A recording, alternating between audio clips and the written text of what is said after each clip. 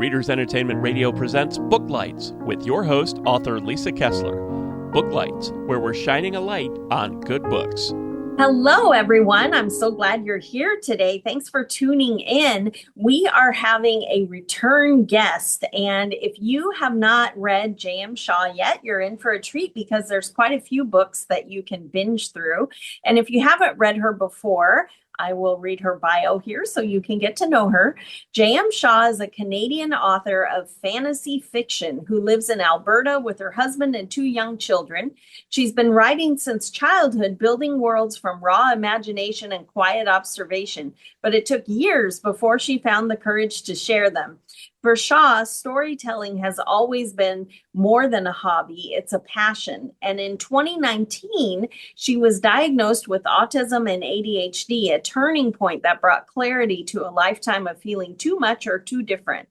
Her intense focus, emotional depth, and ability to live inside fictional worlds became not flaws, but the superpowers of a neurodivergent mind.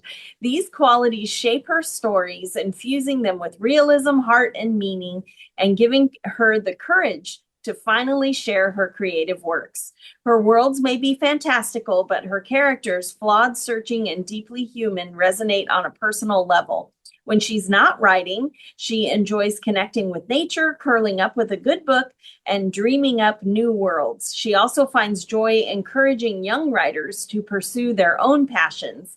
And you can learn more about her at her website. And I did put a link to her website right there in the show notes. So be sure to check that out because, like I said, there are quite a few books you can binge read through. So without any further delay, are you there? Yes, I'm here. I'm happy to be back. Yeah, it's great to have you back again. And you have, is it a new book or are you just reissuing The Convergence? I did a re-edit of it, so I gave it a fancy new title. I guess what had happened is I had one editor go through work with me on my first, second, and third book, but I switched editors for the fourth book, and they did such an amazing job. I thought I want to go back to the beginning. And so we started with the first book. We did an edit of it. I added some new chapters, new materials, clarified some things because I've grown as an author. Right. And then if I'm doing all that, I'm going to give it a new cover. And then we're just doing a refresh edit of my second and third books. But I'm like, I love the new, I love the idea of giving them a new facelift. I love it. So, can you tell everybody about the Callum Walker series? He's the ongoing hero, right? He is. He's the protagonist that we followed through this series of adventures. So, the overall arc is that there's our world, our time, and a magical realm that coexists with us, but we're separated by a veil that we can't see or cross because we don't have magic. And Callum is born with the ability to use magic. He doesn't know why. He's trying to make the most of it, but he's able to cross that veil. He's dragged across the veil the first time. He becomes embroiled in this magical realm. He's learning about this world, all the beings therein, discovering who he is. We follow him through the series as adventure ensues, and he's trying to figure out where he belongs because he's too magic for our world, but too human for this realm, and mastering his abilities to survive. I love that. And for you, what was the inspiration for writing this world? Did you see a movie and get this great idea? Did it come to you in a dream? Where'd the inspiration come from? Well, the inspiration for my protagonist came from like my idea of what would a young Merlin look like in our modern day before they became Merlin the magician and mastered their powers. But the overall arc of the series, I had it pointed out to me by a reader, is actually kind of my arc of trying to discover my place in society and where I fit in with autism and all my struggles that I have therein. Okay. Well, when you were writing Callum, and this is the first book, so did you have like, as you were writing it, or maybe going back through and rewriting it and editing it, do you have a favorite scene, if it's not too spoilery, that you share? There's a scene that takes place where I have Callum and another character on a train in my first book, and I had no idea what was going to happen. I was just like, okay, I've got these characters in this position. doom and gloom is waiting for at the end of this trip. What's going to happen? And as I'm writing it, I had this inspiration, I guess. I didn't feel like I did. I just started writing it and the train crashes. And I'm like, ooh, this is good. Let's see where this goes. And I just let it write itself. And I was along for the ride. It turned into one of the best scenes, I think. Oh, that's great. And I guess that answers my next question is obviously you don't plot out the whole book. You are a discovery writer. You like to figure it out as you go. For the most part, I mean, as I'm getting deeper into the series, I have to kind of plot a little bit more of the major items that need to be taken care of. There's a lot of information that is exchanged between some characters, but not others, so I have to keep that straight. But I still leave room for that, creative freedom. I don't like to plan it too much, but I have Right. to plan a little bit more. Right. Was the train the biggest surprise for you, or was there like a new character who showed up? What was the biggest surprise? That scene actually introduced a character that shows up and becomes an important player as we go through the series, and I had no idea that this character was going to become important until I wrote the second book. Oh my gosh, how fun. Yeah, I love Yeah. that. My friends who are plotters are probably cringing, but I but I like to just go by the seat of my pants. So that's always exciting when you discover something like that because for me, that's like the magic because if Hmm. you're, downloading this story from the universe and then something amazing happens, you get to be a witness of it, right? Well, yeah, I mean, I'm just as much along, like I said, along for the ride as much as my readers are.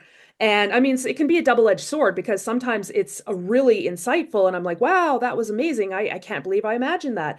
Um, but even though the story feels like it's writing itself, and then other times I'm stopping and I'm questioning my sanity, like, why did I go there? You Right. know? Right.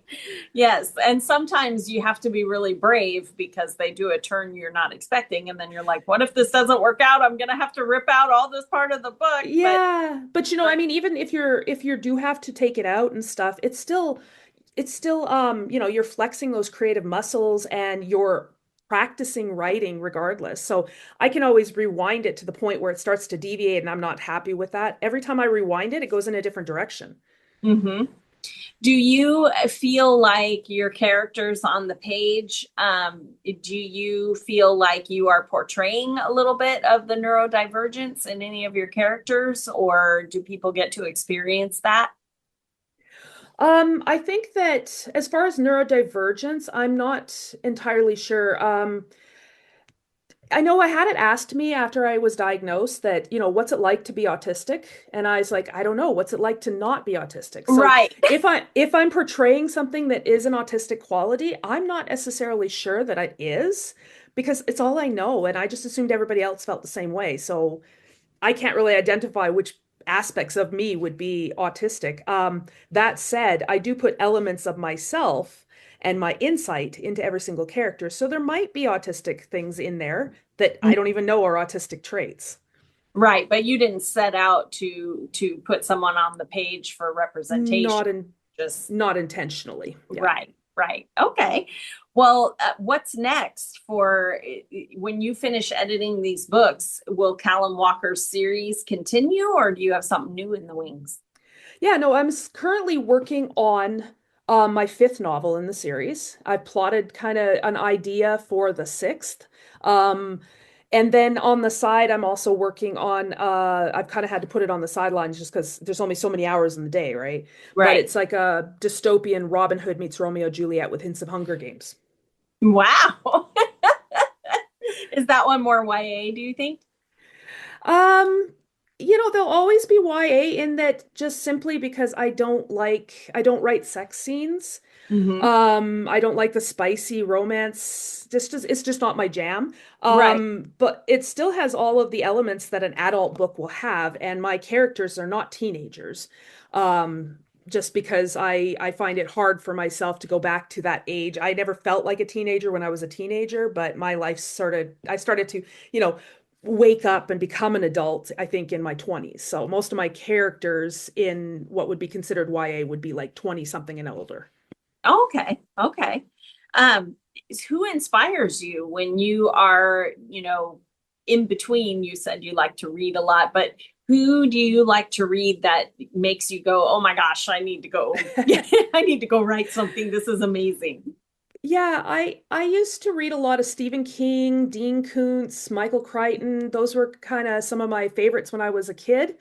And I mean, as I'm doing book signings and stuff, my repertoire has expanded. I'm now, I've just discovered Brandon Sanderson's Stormlight series, and if you know, those books are like, 2 inches Yeah, thick, so it long. takes you a hot minute to get through them. Yes. Um, I'm reading Brent Weeks, Joe Abercrombie. I like the speculative fantasy fictions, that kind of like look at things from outside the box, because that's very much my brain thinking.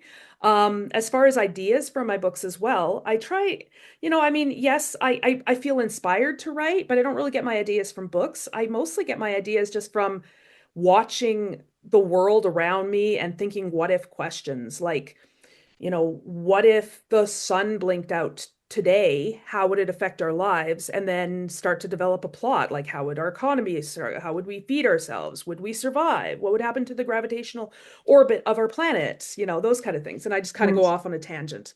Yes. Well, that makes me think, did you go see Project Hail Mary? Oh, I loved it. I read the Wasn't book it first, though. fantastic? It was amazing. It was amazing. I read the book in 4 days, and so Wow. um, I had read some of Andy Weir's books. I've read The Martian, so this was, I guess, some. I mean, one. I read The Right. Martian. I loved it, and then I read this one. It was on my to be read list, but then the movie was coming out, and I'm like, I have to read the book before I go see the movie. It's just a given, and I'm glad I did because there were some things that I was like, why did they do that? Oh, I remember the book. Yeah, it's explained. There's some things that are explained a little better, but it's always hard with movies because it's not quite how you imagine it. I always say you Well, can and never, you don't have to pay for the special effects in your head. right, right. And I feel like they have to cram it into a certain, Yes. and a book can be 800 pages, but a movie really Yeah. can't go over 3 hours. So they gotta Yeah. push it Unless you want to all. make a part two and, Right, you right. know, Split it up like Dune. yeah. Yes. But yeah, oh, we loved it too. And I hadn't even read the book. I didn't know what to expect. So sadly, I did Yeah. not bring Kleenex. I cried so many times in that movie. I know, right? It's like don't wear waterproof mascara, people. Yes, yes. Bring But I Kleenex. mean, like, even if it wasn't a good movie, Ryan Gosling's in it, so it's guaranteed to be a good movie. So, Right, right. Just Ken saves the universe. Yeah, it was great. yeah. But yeah, I never in a million years that I think I would cry so hard for a rock. But anyway, it I was know. fantastic. A living rock. Right, Yes. right. Yes. Well, for you, what did your writing journey look like? Because it sounds like you were a reader and then you wrote for fun. And how did you come to get publishing your books? So I wrote for decades. So I've been writing for over 35 years now. I mean, I feel really old when I say that, but it's true. I would be lying if I said otherwise. And I never shared anything until I was diagnosed with autism and ADHD in 2019. And that was following the diagnosis my sons received. And I was like, wait, that's what you're looking for? Because that's me my whole life. Again, it's like, if it's all I know, how can I know the difference, right? Exactly. And so I started to think, like after that, as I was looking through things and I was learning about special interests, and I started to think, well, maybe writing is my special interest. I mean, it's certainly my hobby turned passion. It's my self-care, my therapy, obsession at times. And so that was the motivational push that sent me with my first manuscript, because I'd finished that at the time, to give it to an editor and then wait for their feedback. Because the worst they can say is it sucks. Right. And they came back to me and said, this doesn't suck. You should publish. So I obviously went through many rounds of editing and tried to learn all the stuff that I needed to learn to try to publish. And then 2 years later, I did. I published my book first through Amazon, then Kobo, and then I was able to get it into Indigo and Chapter stores. For the folks out there who are listening, who are, at that stage where they've been writing and they're like, would I publish this? You said you learned things. Did you join writers groups? How did you learn the things you needed to start publishing? A lot of it was Googling. A lot of it was just talking and reaching out to other authors because, I mean, we're a community of people, and I don't think that any author that I've met, it hasn't been a competition, but it's like, what do I do? What did you do about this? Like, how did you find where to get ISBN numbers, for example? Like each Mhm. book and each format needs one. And so I had a friend that I'd met at a writers group who was a self-published author, and he directed me to find the ISBN numbers, and then I had somebody I found to create a website, and I started building a like learning about social media. Like, I am a stay-at-home mom, so I don't know much about marketing, so I had to Google a lot of it. And the first thing I did was change the word from marketing to show the world I exist, because marketing is a terrifying word and I don't really know what it means. But if I say showing the world I exist, then it puts me in a better mindset.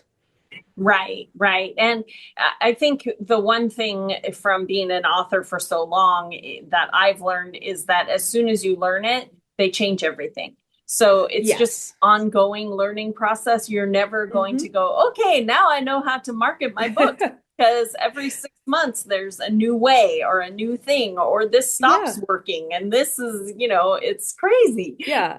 But there are certain things though, once you start out, yes, you got to create a website. Yes, you got to start building a social following. You got to figure out where to get, ISBN numbers, where to get your covers, how to format your books and from Word documents into EPUBs and stuff. Once you figure out those main things, those Right. you don't have to learn again, because I Exactly. mean, they may change a little bit here and there, but so then it's just, once you get to that point, it's a huge learning curve. But once you get to the point where you know the basics, then it's just a matter of keeping up with the Joneses, so to speak. Right, right. Yeah. Well, when you're not reading or writing, do you like to, are there shows that inspire you? Are there fantasy shows we should be binge watching? I just finished binge watching Stranger Things, and I tell you, that one gave me a few ideas. So, Yes, wasn't that um, great? I love, yeah.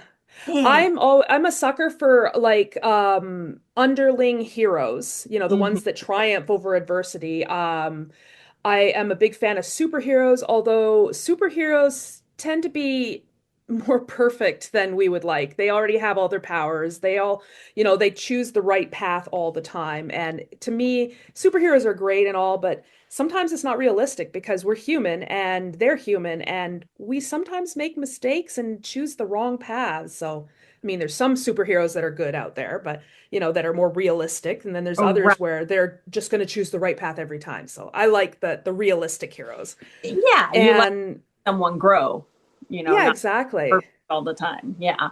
And although I like Star Wars, Hmm. I do tend to lean more towards Star Trek. I Oh, like that exploration aspect. I like the interactions of different beings and societies and religions and how they intersect and they cross over. But don't get me wrong, I do like Star Wars. I like that whole rebellion, fighting the good fight, and that kind of stuff too. So, I mean, they have their place in my right. favorites. Yeah, well, Star Wars, I would think leans more in that fantasy realm because there's like magic. Yep. Star Yeah, it's Trek, like fantasy with spaceships and yeah. lightsabers. Uh-huh, Yeah. yeah, exactly. It's like fantasy, but out in space. Um, Yeah, exactly. as far as superheroes go, I don't know if you saw it, but Disney made that Hawkeye series. And I thought they did a great job because he struggles with the whole superhero thing Hmm. because he's not Yeah. doesn't have any superpowers except that he's really Yeah. good with his bow and arrow, so he gets beat up. He made some interesting perhaps poor choices when he became, during the blip or whatever. And so anyway, I thought that series, they did a really good job of doing just what you were saying, how Yeah. a superhero may not make the right choice every time. Yes. I haven't seen it yet, but I am looking forward to seeing it. There's just a lot on my list to see Right. before that. But yes, Hmm. I know that if the superheroes are too perfect and they have no flaws, then it's hard to relate to them. Hmm. And so, I mean, my characters in my books, even the ones that are, all powerful and they have to have flaws. There has to be something that makes them human, so to speak. Even my fantasy characters are human-like. Right, right. Well, for me, I think for there to be a story, there has to be growth, and you can't grow Hmm. from perfection. I mean, I had one character who got his book very late in the series, and that was when I learned that hard lesson of that everyone knows this guy and he's like perfect. And Hmm. now I don't, now it's his book and I can't change him because he's been in all the, so I had to hurt him on the page, which was painful, but I ended up loving his book. But you can't have a perfect, or you have to really hurt them, you know, on the Hmm. page so that he now has a wound and can grow. Because if they don't, you're writing scenes, you're not really writing a Hmm. story, right? Yeah, yes, exactly. Well, I have one character who is, you know, morally unwavering, and they always, you know, they always Always choose to do the right. right thing, Yes. but there's choices that they have to make. They do the right thing, but it hurts somebody they care about. Hmm. And they're conflicted about it and stuff, but they're still trying really hard to make the right choice. And you know, I mean, they end up having to go against what they're supposed to do because that's wrong. Like they're given orders and they can't follow them because it's just wrong. It's morally wrong. So, you know, they're following their moral compass and doing the best they can, but their choices, whatever it is, whether they do the right or the wrong, it's going to end up hurting someone. Right. There's always consequences, right? Yes, yes. And they see, and we see them suffering those consequences, and we see them feeling very bad about it and trying to make amends and trying to apologize, you know, but then they still have to end up going making another choice that's going to hurt the person that they just apologized to. So it's like, and then they get to a point where they're like, no, this is wrong. I can't continue to do this. I need to make a stand, even if it means, you know, going against orders or putting somebody else's life in danger because it's a catch 22 every time they make it after they every time they have to do something it's a catch 22. Right, right. Yeah. Well, what's next for you? You said you're editing the other books. Are they going to come out soon? Yeah, so my fourth book is already finished. It's got a new cover. It's already done and out there. I think there's some old cover copies still in the stores, but the new one is gradually replacing them.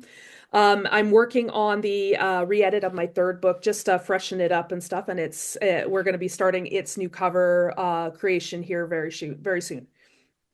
So right now, people can get book one. Is book two out? Yeah, if you check my website, you'll see there's a new cover that's going to be coming out very soon, probably in the next few days. It'll show up. It's already on Amazon, but it might be harder to find the new cover. So just check my website, and you'll see when the new cover comes out. I'm submitting the stuff to my website designer today, so it'll take them a couple days for it to come out, and then the Right. links will be active at the same time. Exciting. Well, if Yes. people read the Colin Walker series and they get excited, how do they reach out to you? Through your website, social media? What's the best way? Yeah, so start at my website. It's jmshawauthor.com. There is on the bottom, there's links to my Instagram, my Facebook. If you have questions about publishing, you can send me a private message or you can follow me along and see when my next one's coming about. I also have links to Goodreads and I have a contact page with an email. And you can reach out to me there. And yeah, I love answering questions for, you know, prospective authors who are like, hey, I want to know how to do this. Or if somebody just wants to get past, drop me a comment about my books, you know, I mean, it's like, I call it writer's fuel, you know, if somebody says Mhm. something about my books and whether it's, you know, good or bad, if it's a critique and if it's a, you know, constructive, then I don't mind hearing something, you know, if I can change it, then I will. Yeah. And I always like to remind people that even though you think authors are so busy, some days we're having a struggle day and every word is so hard. Yes. And just one short message from a reader that, oh my God, I can't wait for the next book. I stayed up too late can be enough that like, Yeah. Well, and I know Yeah. I'm going to book signings now, and I'm seeing people coming back. Like yesterday I had I was at a book signing in Edmonton, Alberta, and I had somebody come in, they walked right up to my table. It's like, "Oh, are you here to hear about my books?" And I mean, I see so many people, it's hard for me to recognize faces. And they said, "Well, yeah, I already bought your first three. I'm coming in specifically to get your fourth one." Nice. So, Nice. yeah. So Do I'm you seeing people coming back and they said they loved them. that's great. Do you have any other events coming up that people can go meet you?